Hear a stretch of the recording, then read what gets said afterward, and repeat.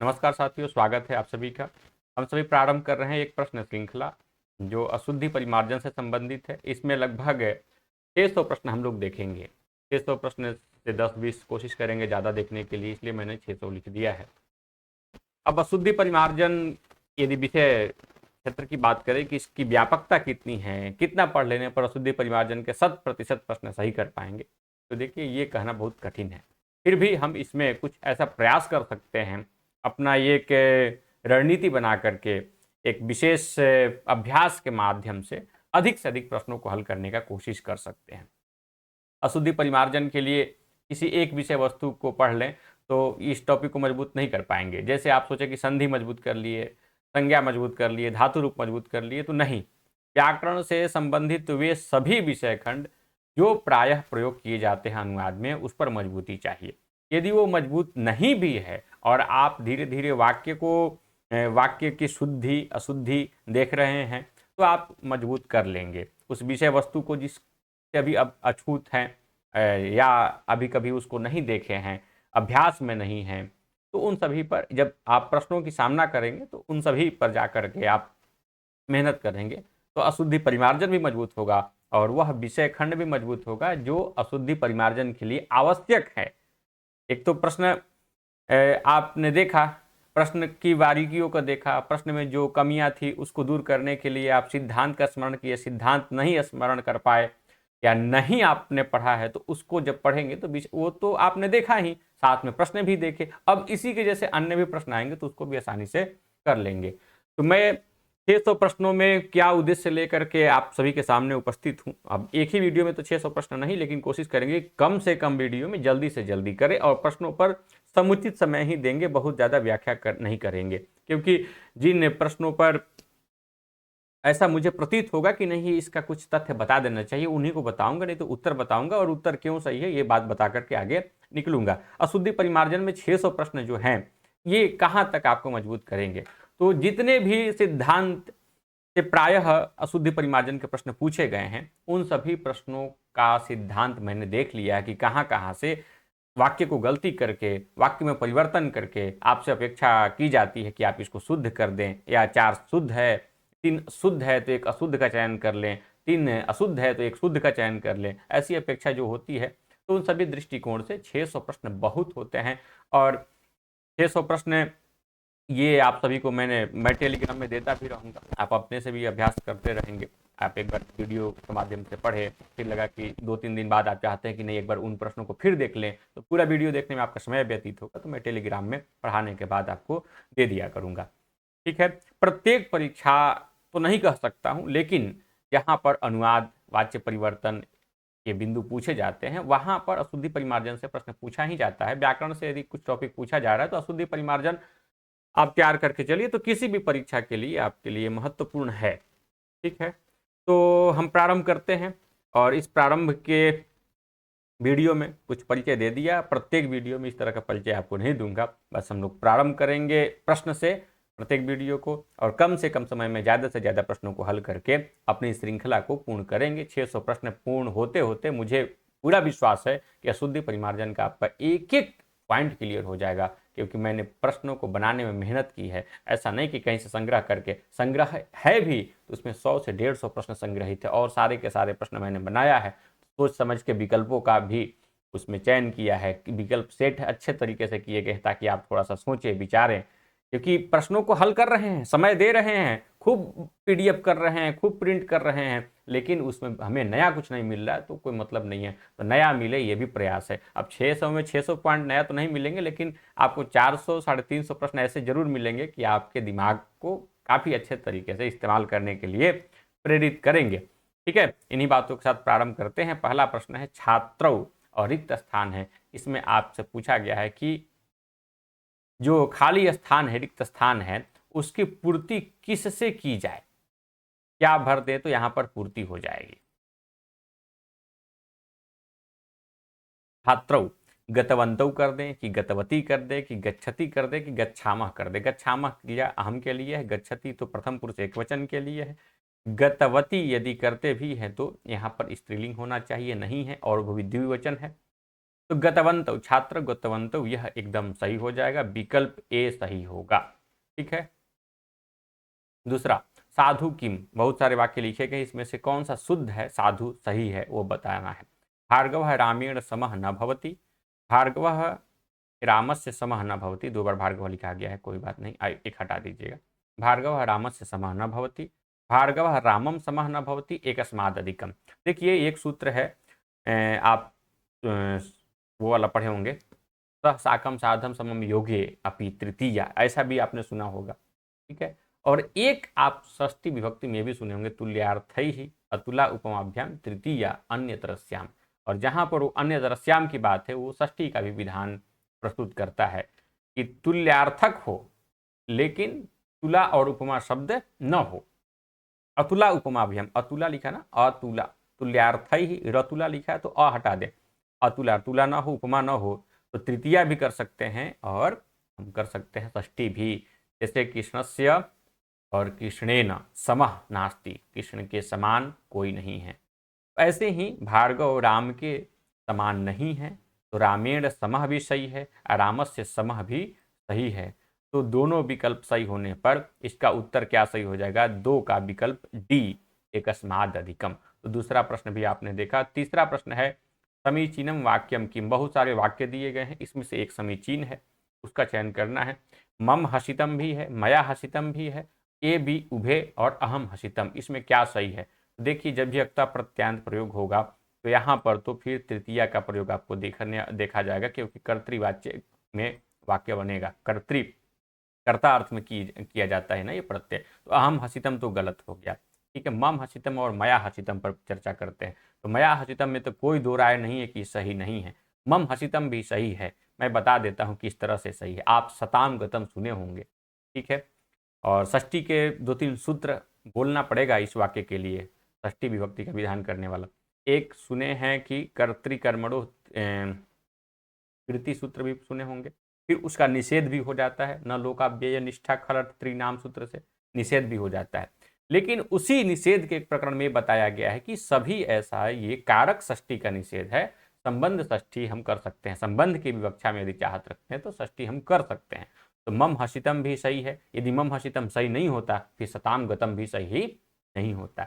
तो कारक षष्ठी का प्रतिषेध है उस सूत्र से, न लोकाव्यय निष्ठा खलर्थ त्रिनाम से, लेकिन संबंध षष्ठी में ये वाक्य सही हो जाएगा, संबंध की विवक्षा रखेंगे तो वाक्य सही हो जाएगा। मम हसितम, मेरा हंसा हुआ, मया हसितम मम हसितम दोनों सही होगा, तो विकल्प इसका 3 का सी सही हो जाएगा।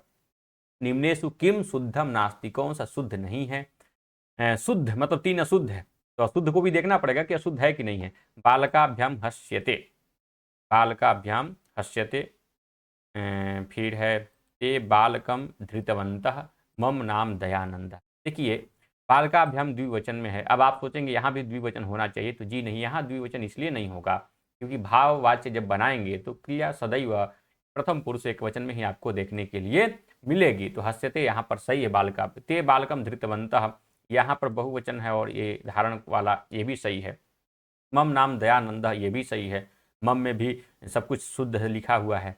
हरय भक्तिम जो हरय भक्तिम रोचते जो लिखा है, तो भक्ति नहीं भक्ति ही होना चाहिए, क्योंकि हरि के लिए भक्ति कर है, तो भक्ति ही रोचते यह कर्तृवाच्य में नहीं है, कर्मवाच्य में, सॉरी, यहाँ पर आप देख रहे हैं कि वाक्य कर्मवाच्य के रूप में बनाया गया है, न कि कर्तृवाच्य में। कर्तृवाच्य में बनाते तब जाकर के कर्म, यदि उक्त कर्म यहाँ पर उक्त नहीं रह, कर्म उक्त रहता, उक्त रहने पर द्वितीया में, तो कर्म उक्त नहीं है, कर्म अनुक्त, अनुक्त कर्म में सीधे सीधे इस विभक्ति का विधान है प्रथमा का। 1 मिनट में कुछ ज़्यादा ही बोल रहा हूँ, जल्दी में सुनिए। अरे भक्ति रोचते, भक्ति रोचते सही है। और जैसे रामेण पुस्तकम पठ्यते, या कोई पुलिंग वाला वाक्य लेते हैं, कोकिलः पश्यते, हाँ ऐसा कर सकते, दृश्यते, पुस्तकम पठ्यते ही लेते हैं। ठीक है, रामेण पुस्तकम पठ्यते, तो हरि के लिए भक्ति जो रुचिकर है, तो हरि में तो चतुर्थी विभक्ति है। फिर रोचते बोल देने से ये वाक्य उसी तरह से है जो आप कर्तृवाच्य से कर्मवाच्य बनाते हैं। तो कर्मवाच्य बनाते समय कर्मवाच्य मतलब कि कर्म हो गया है वहां पर उक्त, कर्म हो गया है उक्त। तो कर्म उक्त होने की वजह से जो उक्त होता है वह हो जाता है प्रथमा विभक्ति में। जैसे रामः पुस्तकम पठति में जो पठति क्रिया रूप है वह कर्तृवाच्य में है, वह कर्ता को देख करके, यदि रामः रामऊ होता है तो पठता हो जाता है, कर्ता को देख करके क्रिया रूप में परिवर्तन देखा जा रहा है। उसी तरह से यहाँ पर हम कर्म के अनुसार क्रिया रूप का प्रयोग कर रहे हैं, मतलब कि कर्म जो है, जो क्रिया है वो कर्म के दृष्टिकोण से प्रयोग की गई है। तो कर्म के अनुसार चलने के चलते वाक्य कर्मवाच्य में हुआ, और कर्मवाच्य में होने पर जब वाक्य की क्रिया कर्म को आधारित करके प्रयोग की गई, मतलब कर्म उक्त है और उक्त जो हो जाता है वह प्रयोग किया गया है, प्रथमा में प्रयोग किया जाना चाहिए, न कि उसे द्वितीय में प्रयोग किया जाना चाहिए। तो कोई भी यदि उक्त हो जाए तो प्रथमा विभक्ति में प्रयोग किया जाता है। जैसे राम पुस्तकम पठ्यते में राम प्रयोग किया गया प्रथमा में, वैसे ही जितने भी आप सामान्य वाक्य बोलते हैं कर्तृवाच्य वाले, उसमें कर्ता उक्त होता है, इसलिए कर्ता में प्रयोग किया जाता है प्रथमा विभक्ति का। और यहाँ पर कर्म उक्त है तो कर्म में प्रथमा विभक्ति का प्रयोग होना चाहिए। तो किम शुद्धम नास्ति जो लिखा गया था, तो हरे भक्ति रोचते, यही सही होगा। अब इसमें मैंने जल्दीबाजी में जो इधर उधर बोला, इसलिए स्पष्टता देने के लिए कुछ शांतिपूर्वक बोलना पड़ा। हम लोग जल्दीबाजी में जो गलतियां करते हैं वो सीख भी लेनी चाहिए कि नहीं, थोड़ी सी सावधानी कर लें, रुक जाएं। आगे, अशुद्धम वाक्यम अभिज्ञायतम, अशुद्ध वाक्य का पहचान करना है। सत्य मम श्रद्धा निष्ठा विश्वास वा वर्तते, सत्य में मेरी श्रद्धा है, निष्ठा है और विश्वास है। तो सत्य में जिसमें श्रद्धा हो, जिसमें स्नेह हो, जिसमें आसक्ति हो, जिसमें विश्वास हो, उसमें सप्तमी विभक्ति का प्रयोग होता है, मतलब कि यह वाक्य शुद्ध है। स्वहस्तेन कर्मम कुरु, अपने हाथ से कर्म करो। लेकिन जो कर्म शब्द है कर्मन से कर्म, कर्म दोनों जगह बनता है, प्रथमा में भी और द्वितीय में भी। तो कर्मम कुरु गलत होगा, कर्म कुरु सही होगा, यह विकल्प सही होना चाहिए। आगे देख लीजिए, राजभ्य धनम यच्छत, तो अशुद्ध चुनना था, राजभ्य चतुर्थी धनम, धन को दे दो, ठीक है। सिंह बने निशायाम भ्रमति, सिंह के अनुसार भ्रमति का प्रयोग है, बन में निशा में, सही है। तो ये वाक्य सही थे, एक वाक्य भी विकल्प गलत था क्योंकि इसमें विभक्ति का प्रयोग सही से नहीं किया गया था। अगला वाक्य, शुद्धम वाक्यम चिनुत, शुद्ध वाक्य का चयन करना है। मया पुस्तकम पठितम, मया पुस्तकम पठितवती, तो मया के अनुसार फिर पठितवती तो सही नहीं है। फिर है मया पुस्तकम पठिता, मया पुस्तकम पठिता ये भी सही नहीं है। मया पुस्तकम अपठम, जब हम इसको इस रूप में प्रयोग कर दिए तो फिर यहाँ पर मया नहीं होना चाहिए, अहम होना चाहिए। मया पुस्तकम पठितम, यही सही होगा। मया पुस्तकम पठितम, हाँ, मेरे द्वारा पुस्तक को पढ़ा गया, कर्मवाच्य वाला ही रूप यहाँ पर मिलेगा। पुस्तक यहाँ पर यदि पूछे कि पुस्तक किस विभक्ति में है, सीधे सीधे आप बताइए कि पुस्तक की जो विभक्ति वो है प्रथमा।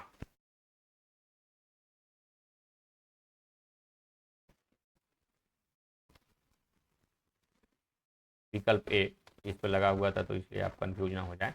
अधोलिखित वाक्यों में एक वाक्य शुद्ध है, रामा दीनाय धनम ददंती, तो ददंती रूप ही नहीं बनता है, तो ये गलत हो गया, शुद्ध चुनना है हम लोग को ना, यह गलत हुआ।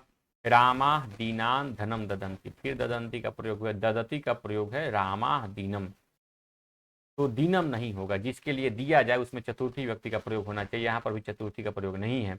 रामा दीनाय धनम ददती, तो रामा राम बहुत सारे हैं, बहुवचन में प्रयोग है। दीनाय दीन, गरीबों के लिए धन को देते हैं। जो राम जो करता है बहुवचन में है, तो ददती भी उसके अनुसार बहुवचन में प्रयोग की गई है, ये सही है, क्रिया रूप इसका सही माना जाएगा, विकल्प डी सही है। सत्येन परो धर्मो नास्ति, असत्येन च महत् पापम नान्यत इत्यत्र अशुद्धम पदम चिनुत, वाक्य है कि सत्य से बड़ा धर्म नहीं है और असत्य से बड़ा कोई पाप नहीं है, तो इसमें कुछ अशुद्ध लिखा गया है, उसका चयन करना है कि क्या अशुद्ध है। तो देखिए, ये पर के योग में सत्यात पर होना चाहिए, और से बड़ा, असत्य से बड़ा, महत के योग में असत्यात होना चाहिए। त्यात तो सत्य न भी गलती लिखा हुआ है और असत्य न भी गलती लिखा हुआ है, परो धर्मो तो ठीक है, पर धर्म जो है संधि के रूप के अनुसार उसको उत्तो करके गुण कर दिया गया है, परोधर्मो लिखा है, ये सही है। अब गलत यहाँ पर है ना, असत्य में और सत्य में, यहाँ पर सत्यात होना चाहिए, असत्यात होना चाहिए, अर्थात एक से ज्यादा गलती है, तो विकल्प डी एकस्माद् अधिकम सही होगा। अत्र अशुद्ध वाक्यम अस्ति अस्ति एतम प्रश्नम तस्मात् छात्रात् पृच्छ, ये पहला ही गलत है। आगे देख लेते हैं। त्वं वस्त्रम क्रीणीयाः, तुम वस्त्र को, ये विधिलिंग वाला लकार है, क्रीणीयाः खरीदे, तुम खरीदो, इस तरह से कहा गया, या तुम्हें खरीदना चाहिए। ताम लताम पश्य, उस लता को देखो, ये भी ठीक है। ते ग्रामम अगच्छन, तो अगच्छत अगच्छताम अगच्छन, ये भी सही है। एतम प्रश्नम तस्मात् छात्रात् पृच्छ, इसलिए गलत है। इसका उत्तर है कि इस प्रश्न को उस छात्र से पूछिए। तो जिस को पूछा जाना है वो कर्म है, तो कर्म में द्वितीय का प्रयोग होना चाहिए। लेकिन जो यहाँ पर क्रिया प्रयोग है वह द्विकर्मक है। तो जो दुह्याच पच्च दंड वाला आप याद करते हैं कार्य का, उसमें एक प्रच्छ है ना, प्रच्छ, तो वही वाला उसी का एक रूप है पृच्छ। ठीक, तो पृच्छ जब प्रच्छ धातु का प्रयोग हो गया तो वहां पर हमें अपादान के रूप में इसको नहीं प्रयोग करके प्रयोग करना चाहिए कर्म के रूप में ही। हाँ, ये जरूर है कि इस कर्म से और इस कर्म में अंतर है। यह कथित कर्म या प्रधान कर्म कहा जाएगा, ये गौण कर्म या अकथित कर्म कहा जाएगा, लेकिन इसमें भी द्वितीय का ही प्रयोग करना सही होगा। तो एतम प्रश्नम तस्मात् छात्रात् को एतम प्रश्नम तम छात्रम पृच्छ जो है सही होगा। 9 का विकल्प ये सही हो जाएगा, क्योंकि अशुद्ध का चयन करना है। फिर अशुद्ध का चयन करना है। अंतरा त्वया मया गोपालः, तो अंतरा अंतरेण युक्त जो सूत्र है उसी में लिखा गया कि अंतरा और अंतरेण जब प्रयोग की जाए तो वहां पर द्वितीय विभक्ति का विधान होना चाहिए। यहाँ पर तृतीय आप देख रहे हैं, तो अंतरा त्वाम माम हरि बोलते हैं, बस हरि को गोपाल किया गया। अंतरा त्वाम माम, तुम्हारे और मेरे बीच में हरि है, तो त्वया मया गलत है, विकल्प ये सही हो जाएगा। वयम नद्याम स्नानम कुर्मः, वयम के योग में कुर्मः सही है। वयम अत्र स्मः, वयम के योग में स्मः भी सही है। आचार्य शिष्यम धर्मम ब्रूते, देखिए यहाँ पर ब्रू धातु है, तो धर्म जो प्रधान है उसमें भी प्रयोग किया गया द्वितीय, और जो अप्रधान है, जो अकथित है, जो चतुर्थी के रूप में विवक्षित नहीं है, उसमें भी प्रयोग किया गया द्वितीय, तो यह सही है। और पहला वाक्य अंतरा त्वया मया गोपालः गलत है। सह तस्य अनुगच्छति इति वाक्यम इदम संशोधित, वाक्य का संशोधन करना है, तो कर्म में द्वितीय विभक्ति का प्रयोग करना चाहिए। उस दृष्टिकोण से तो आप तम कर ही देंगे, लेकिन मैं एक बार आपको ले चलूंगा एक सूत्र की तरफ। द्वितीय गत्यर्थ कर्मणि द्वितीय चतुर्थो चेष्टायाम अनध्वनि, द्वितीय चतुर्थी दोनों का विधान है, तो तस्मय भी सही हो सकता है। देखिए अनुगच्छति यहाँ पर उस अर्थ में है, क्या होता भी है उसी अर्थ में लगभग। अनुगमन, अनुगमन हम जब करते हैं तो उसमें पैर वगैरह से चलते नहीं हैं, उनके क्रियाकलापों को अपनाते हैं, उनकी दैनिक चर्या को देखते हैं, उनके व्यवहार को देखते हैं और उसी अनुसार अनुसरण करते हैं। यहाँ पर अनुसरण अर्थ में यदि देखें तो तम अनुगच्छति सही हो जाएगा, क्योंकि द्वितीय चतुर्थी दोनों का विधान होता है, लेकिन उसमें लिखा गया कि चेष्टायाम, चेष्टा भी हो, और अनध्वनि, तो अनध्वनि तो है लेकिन चेष्टा, इसमें चेष्टा वाला विधान देख रहे हैं कि नहीं है। ऐसा लगता अनुब्रजति लिख देता, जाता है, पीछे पीछे जाता है तो हो जाता। तम अनुगच्छति इसका सही होना चाहिए। फिर भी यदि आप इस अर्थ में सोचे कि नहीं वो जा ही रहा है, तब तस्मय अनुगच्छति भी सही हो सकता है। हालांकि जब तस्मय अनुगच्छति दिया है और ऐसा कुछ नहीं लिखा कि एक से अधिक, तो इस तरह के प्रश्नों पर आप सीधे वहां जाएं जो एकदम सटीक हो, एकदम सटीक आप इसमें जा सकते हैं। तम अनुगच्छति द्वितीय होना ही होना है, क्योंकि अनुगच्छति का अर्थ दो हो सकता है। यदि हम कहें कि नहीं चेष्टा भी यहाँ पर अनुगमन ही है, तो चतुर्थी भी सही हो सकता है। ये जो चतुर्थी वाला विकल्प है, चतुर्थी विभक्ति भी सही है यहाँ पर, जी सही है, लेकिन दोनों में से किसके तरफ जाएंगे? जब एक ही के पास जाना है तो तम जरूर जाएंगे। क्यों? क्योंकि अनुगच्छति का अर्थ अनुगच्छत, यदि अनुगमन करना हो जाएगा, अनुकरण वाला हो जाएगा, तब जाकर के चेष्टा का वहां पर विधान समाप्त हो जाएगा। चेष्टा का विधान समाप्त होते ही फिर हमें केवल और केवल द्वितीय की प्राप्ति होगी। और ऐसे भी क्रिया के कर्म में द्वितीय करने में कोई आपत्ति नहीं, कहीं पर कोई रुकावट नहीं है। तो तम अनुगच्छति सही करिए इसको। निम्नलिखित में शुद्ध वाक्य कौन सा है? हरि वैकुंठम उपवसति, हरि वैकुंठम अनुवसति, हरि वैकुंठे वसति, उपयुक्त सभी शुद्ध है। देखते हैं। वैकुंठम उपवसति सही है, क्योंकि उप अनु अधि आंग वस, उपन्वाध्यांग वस जिसको आप बोलते हैं, उसमें आधार की कर्म संज्ञा होती है, कर्म संज्ञा करके द्वितीय विभक्ति का विधान होता है। वैकुंठम उपविशति एकदम सही है।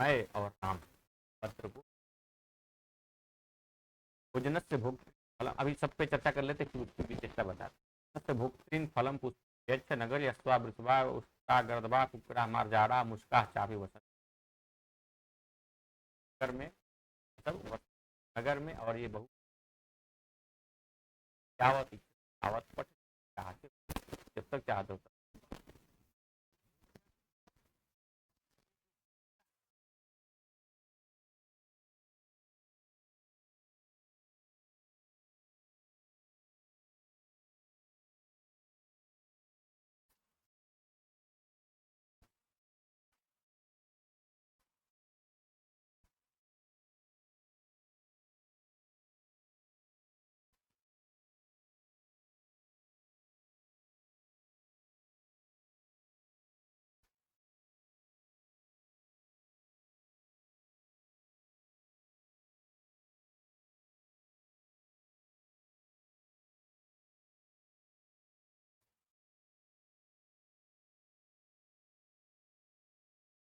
पुष्पम चाहिए। अच्छा, अब एक वाक्य जो बचा है ए, उस पर चर्चा कर रहे हैं कि वो गलत भी हो सकता है सही भी हो सकता है। क्या कर दिया जाता तो गलत हो जाता और क्या है तो सही है। भोजन से भुक्तृन फलम पुष्पम च अच्छा, मैं सही बता रहा हूँ, आप संतुष्ट हो जाइएगा। मुझे भी विचार करना पड़ रहा है इस पर, इसलिए थोड़ा सा सोच रहा हूँ।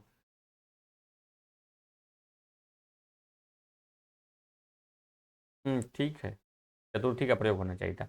अहम राम व पत्रम लिखानी, मैं और राम।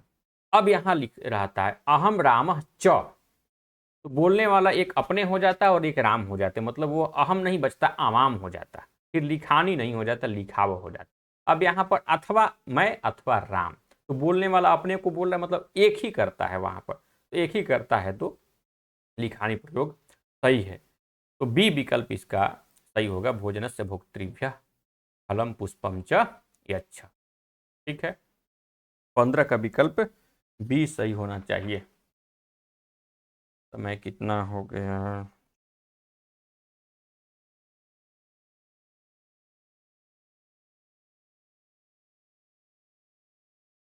अब आगे बढ़े 16। साधु किम वापि लघु अस्ति वापि लघ्वी अस्ति वापि लघु अस्ति वापि लघ्वी अस्ति। अब इसको देखिए, वापी वापी है। अब आपसे यही पूछा जा रहा है कि क्या वापी पुल्लिंग है कि स्त्रीलिंग है।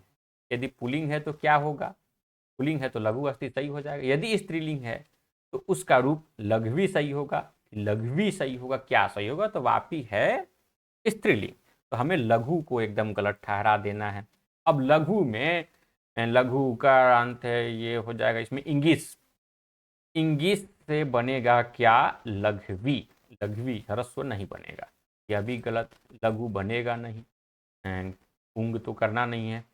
वापी लघु अस्थि नहीं, वापी लघ्वी अस्थि, विकल्प डी सही है। दो चीज पूछा गया कि स्त्री प्रत्यय लगाएंगे तो कौन सा शुद्ध रूप बनेगा, और वापी का आप पहचान कर लीजिए कि पुल्लिंग है कि स्त्रीलिंग। एतेसी किम परिशुद्धम परितः कृष्णम परितः कृष्णेन परितः कृष्णस्य परितः कृष्णे, आसान है। अभितः परितः समय अनिक्सा प्रतियोग में द्वितीय का विधान है, तो द्वितीय इसमें सही है। कृष्णम 18। अधोनिर्दिष्टेषु वाक्येषु अशुद्धम वाक्यमस्ति, अधोनिर्दिष्ट वाक्य में शुद्ध वाक्य क्या है। कस्मात् त्वं शरीरस्य संस्करणं कुरु अहमत्र आगतवान् देवदत्तः कोशेन धनम लब्धम। कस्मात् त्वं ये वाक्य बनता है, यदि सामान्य में हेतु दर्शाना है तो पंचमी व्यक्ति का प्रयोग कर देते हैं। कस्मात् त्वं नद्याः वाला आपने जो पढ़ा था गम्यमान हो जाएगा। फिर शरीरस्य संस्करणम कुरु, शरीर का संस्कार करो, ये भी सही है। अहमत्र आगतवान, ये भी सही है।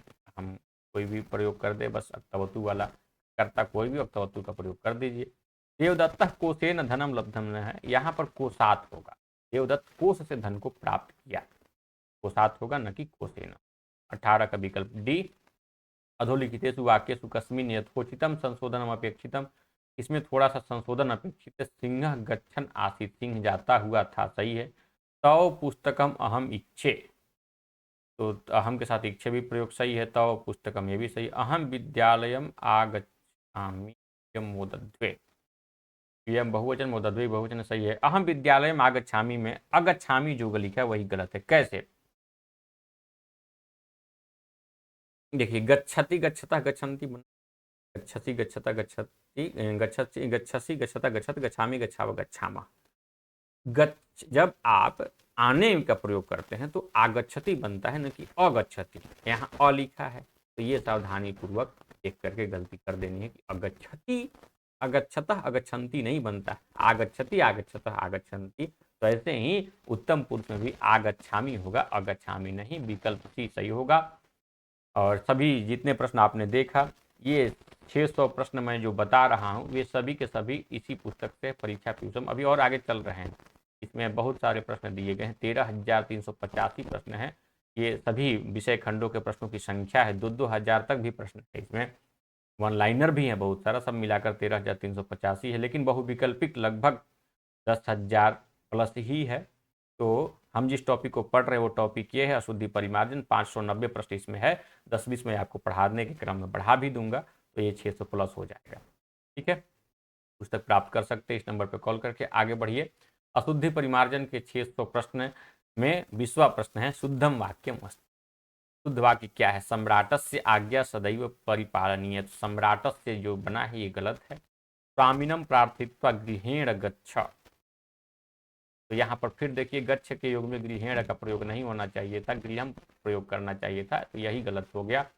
और यहाँ पर सम्राटस से गलत हो गया। सिंहा हरणा निहंती, तो निहंती नहीं निघ्नंती बनेगा, हंती हतः घ्नंती बनता है, तो यह भी गलत है। उदिते सवितरी कमलम विकसति, तो भावे न भाव लक्षणम यहाँ पर लगाइए कि सविता के उगने पर कमल खिलता है। तो उदिते में भी सप्तमी, सवितरी में भी सप्तमी है, कमल ये कमल की बात है। उदिते सवितरी कमलम विकसति, तो ये विकल्प हो जाएगा इसका। निम्नलिखित में से कौन सा वाक्य शुद्ध है? एक विंशतयः छात्रा करते हैं, एक ही है, क्या करना पड़ेगा? छात्रा होना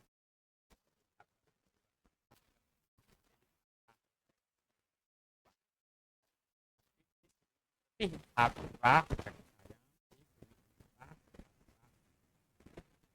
एक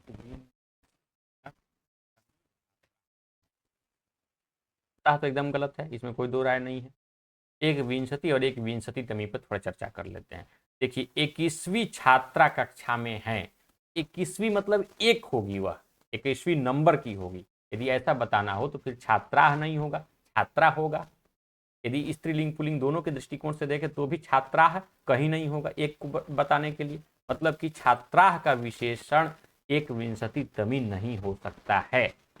छात्रा होगा नहीं तो छात्र होगा, यह गलत हो गया।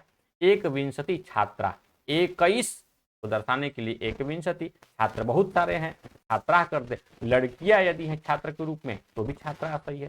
तो विकल्प बी सही हो जाएगा 21 का। सिंह मृगस्य प्रति धावती अत्र किम पदम अशुद्धम वर्तते। तो मृगस्य प्रति नहीं, मृगम प्रति। अभिता परिता समया निक्षा प्रति, मृग के प्रति। यहाँ पर मृगस्य प्रति किम पदम अशुद्धम वर्तते पूछा है ना, तो मृगस्य प्रति यह पद जो है कि अशुद्ध है। धावती सिंह सब कुछ सही है। असाधु किम क्या गलत है इसमें? सुचिने वारिणे त्वम नदीम गच्छ, पवित्र जल वाले नदी में तुम जाओ, या पवित्र जल जिसमें है ऐसे नदी में जाओ। गच्छ नदी के साथ द्वितीय विभक्ति का प्रयोग भी सही है, यह तो सही है। अवाम अत्र भविष्यावह, अवाम आम, यह भी सही है। बुद्धिमती वाणीम भाषिष्यते, बुद्धिमती वाणीम भाषिष्यते, भाषिष्यते बुद्धिमती वाणी कर्म के रूप में, ये भी सही है। कथम सो स्त्री रोदित, यही गलत है। तो कब बनेगा? जब सह रहता है तब संधि के नियमों के अनुसार सो प्रयोग किया जा सकता है। ठीक है, लेकिन वह पुलिंग के लिए होता है, सह सो बनेगा, सा कभी सो नहीं बनेगा। तो सो गलत है, यहाँ पर सा रहता तब जाकर के वाक्य सही हो जाता। तो असाधु ढूंढने के क्रम में 23 का विकल्प डी सही है। एतेषि किम वाक्यम परिशुद्धम न, छात्रा गुरो परितः तिष्ठन्ति, यही वाक्य परिशुद्ध नहीं है। गुरु परितः बहुत सारे हैं तो गुरून करिए, नहीं तो गुरुम करिए। द्वितीय लगाइए। अजाम दुग्धम दोग्धि दूध धातु के साथ में प्रधान में भी और अप्रधान में द्वितीय का प्रयोग है, सही है। अहम प्रश्नम पृच्छेयम, यह भी अहम के साथ पृच्छेयम भी सही है। सह तत्र न अगच्छत, सह के साथ अगच्छते भी सही है। यही गुरुम परितः करिए, नहीं तो गुरुन परितः करिए, विकल्प ए। उद्यमेन ही सिद्ध्यंति कार्याणि न मनोरथ, आपने सुना ही होगा। तो सिद्ध्यंति यदि उद्यमेन ही, ये वाक्य बना दिया गया सामान्य पद को हटा करके, थोड़ा सा शब्द को इधर उधर कर दिया गया। उद्यमेन ही क्या, सिद्ध्यंति के साथ क्या बना, धनान सिद्ध्यंति, तो धनान धनानी होता है, यह गलत हो जाएगा। कार्याणि सटीक बैठ जाएगा, कार्याणि सिद्ध्यंति। देवान और शरीरम, शरीरम एक है तो सिद्ध्यंति के साथ सही नहीं है। देवान कर्मपद का रूप है तो सिद्ध्यंति के साथ सही नहीं है, तो कार्याणि सही है। विकल्प इसका बी सही हो जाएगा 25 का। लतायाः पूर्व लूनायाः प्रसूनस्यागमः कुतः रेखांकिते शुद्ध रूपम भवेत्, इसमें रेखांकित का शुद्ध रूप क्या होगा। लता जो पहले से काट दी गई है, छांट दी गई है, तो या उसका अस्तित्व लगभग खत्म कर दिया गया, उसमें फूल का आगमन कैसे हो सकता है, यही बोला गया। तो लता का पूर्व लूना का ऐसा अर्थ नहीं होकर के होता है लता जो पहले से लुप्त हो चुकी है या उसमें शक्ति क्षीण हो चुकी है, पहले से काट छाट दिया गया, नाम मात्र की बची हुई है। तो लतायाम पूर्व लूनायाम, यह विकल्प सही होगा। लता जो छांटी हुई लता है उसमें फूल का आगमन कहाँ, तो लतायाम सही हो जाएगा।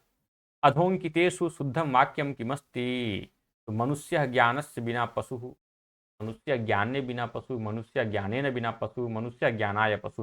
दो चीज कॉमन है, पशु और मनुष्य, मतलब वहां से हमसे नहीं प्रश्न पूछा जा रहा है, हमसे पूछा जा रहा है विना के योग में क्या शब्द प्रयोग किया जाए। तो पृथक, विना, नाना, तृतीया भी, अन्य तरस्याम।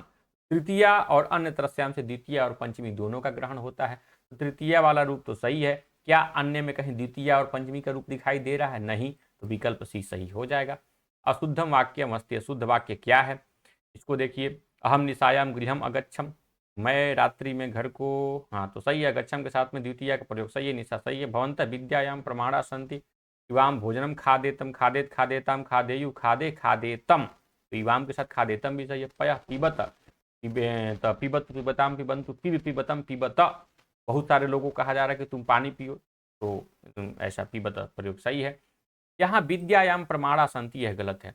आप विद्या के प्रमाण है, मतलब जो भी ज्ञान है उसके प्रमाण आप स्वयं हैं, ऐसा नहीं कि आप विद्या में प्रमाण है, ऐसा नहीं वाक्य होगा कि आप में बहुत सारी विद्या है और आप उसमें प्रमाण है। विद्या के प्रमाण है आप, अर्थात आप बहुत ज्ञानी हैं, विद्याओं का आपने अध्ययन किया है, तो विद्या के प्रमाण आप हैं। विद्यायाः प्रमाण संति सही हो जाएगा। भवन्तः के साथ संति का प्रयोग तो सही है, लेकिन विद्यायाम की जगह विद्याया होना चाहिए। 28 का विकल्प बी सही होगा। अधोलिखितेषु वाक्येषु कस्मिन् यथोचितं संशोधनम अपेक्षितं, दीपकम आलोकाय भवति, देवदत्तः कृष्णस्य इव अतिपटुः गुरुः च अस्ति। देवदत्त कृष्ण के समान अतिपटु मतलब चतुर और गंभीर भी हैं। विद्याया विना न ज्ञानम, तो विना के योग में पंचमी चल जाएगा। अब आपको ध्यान जा रहा होगा कि षष्ठी, तो ये षष्ठी पंचमी दोनों जगह पर शब्द बनता है ना। त्वम फलम खादे, खादेत खादेतम खादेयु खादे, ये भी सही है। दीपकम आलोकाय भवति में दीपक का लिंग गलत प्रयोग किया गया, दीपक होना चाहिए था, दीपकम नहीं। साधु वाक्य का चयन करना है। नमः भी है, नमामि भी है। अध्यापकम नमामि, अध्यापकम नमामि, और